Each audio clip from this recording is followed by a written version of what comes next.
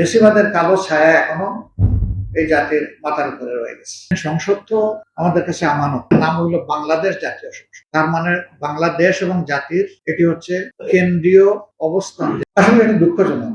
ফেসিবাদের সময় কাজগুলো হয়েছে, বলা হয় ফেসিবাদ বিদায় নিয়েছে, আমি বলি যে না, ফেসিবাদ বিদায় নেই, ফেসিবাদের একটা বড় স্টেক হোল্ডার বিদায়। কিন্তু ফেসিবাদের কালো ছায়া এখনো এই জাতির মাথার উপরে রয়ে গেছে। আমরা এগুলোর প্রত্যেকটার ব্যাপারে আপত্তি জানিয়েছি, প্রতিবাদ জানিয়েছি, দাবি জানিয়েছি। রমজান মাস হওয়ার কারণে আমরা ময়দানে কোনো কর্মসূচি দেইনি, আমরা মানুষকে সম্মান করি। কিন্তু মানুষের স্বার্থেই তো এগুলো আবার আমাদের, মানুষের জীবন, মানুষের ইজ্জত, মানুষের সম্পদ, এগুলাকে তো আমরা উপেক্ষা করি। আমাদের ভূমিকা দেখবেন ইনশাআল্লাহ। আর সরকারের শুধু আইন শৃঙ্খলার ব্যাপার না, অনেক বিষয় আমি ইঙ্গিত করেছি, নেওয়া অনেক সিদ্ধান্ত জাতি গ্রহণ করে না। আপনারা সামাজিক ভাবে দেখতে পাচ্ছেন মানুষের রিয়াকশন। দেখেন, সংসদ তো আমাদের কাছে আমানত। সংসদ সরকারি দলের না, বিরোধী দলের। এটার নাম হলো বাংলাদেশ জাতীয় সংসদ। তার মানে বাংলাদেশ এবং জাতির এটি হচ্ছে কেন্দ্রীয় অবস্থান, যেখান থেকে জাতির ভালো মন্দ সবকিছু বিশ্লেষণ করে ফয়সালা হবে। কেউ সংকুচিত করলেই আমরা চলে আসবো, কথা বলবো না, বিষয়টা আমরা ঠিকই জনগণের পক্ষে যা বলার, যা করার তাই করবো সংসদের ভিতরে ইনশাআল্লাহ। 2 নম্বর হচ্ছে, এই অবস্থা যদি চলতে থাকে তখন কি হবে? আমি আগেই বলেছি, বিরোধী দলের প্ল্যাটফর্ম দুইটা। আমেরিকান ASTM স্ট্যান্ডার্ডে তৈরি আধুনিক যুগের আধুনিক pipe, RFL easy pipe and fittings.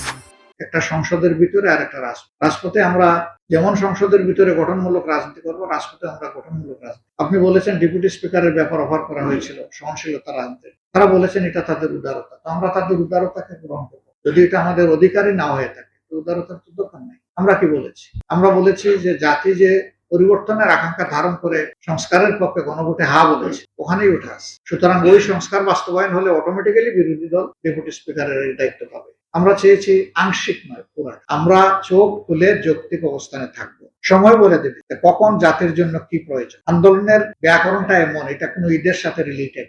আন্দোলনের ব্যাকরণটা হলো বাস্তবতার সাথে রিলেটেড।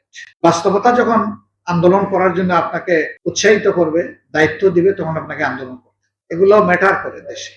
আমি বললাম না যে আমরা রমজান হওয়ার কারণে আমরা কিছু কাজ করতে পারি, জন দুর্ভোগ বিবেচনায় রমজানে বিশেষ করে স্বস্তিকর পরিবেশ হোক, এটা আমরা চাই। বাকি 11 মাস আমরাই যদি না করি, এই জনগণ আমাদেরকে বলবে যে আমরা যেটুকু আমানত তোমাদেরকে দিলাম, তোমরা করলে এটাকে, তোমাদের কাছ থেকে আমরা জবাব চাই। তখন আমাদের উত্তরটা কি হবে? আমাদের বিবেকের কাছে আমাদের উত্তরটা। এই জন্য আমরা ইনশাল্লাহ সময়ের কাজটা সময়ে যাতে করতে পারি দোয়া করবে। সরকার যদি সুন্দরভাবে জন আকাঙ্ক্ষাকে ধারণ করে তারা চলে, 5 বছরের ম্যান্ডেট তারা পেয়েছে, তারা চালাবে। কিন্তু তারাই যদি তাদের কর্মকাণ্ডের কারণে প্রমাণ করে 5 বছর চালানোর জন্য সেই প্রস্তুতি তাদের নাই, তখন জনগণ বিবেচনা করবে। That will be decided.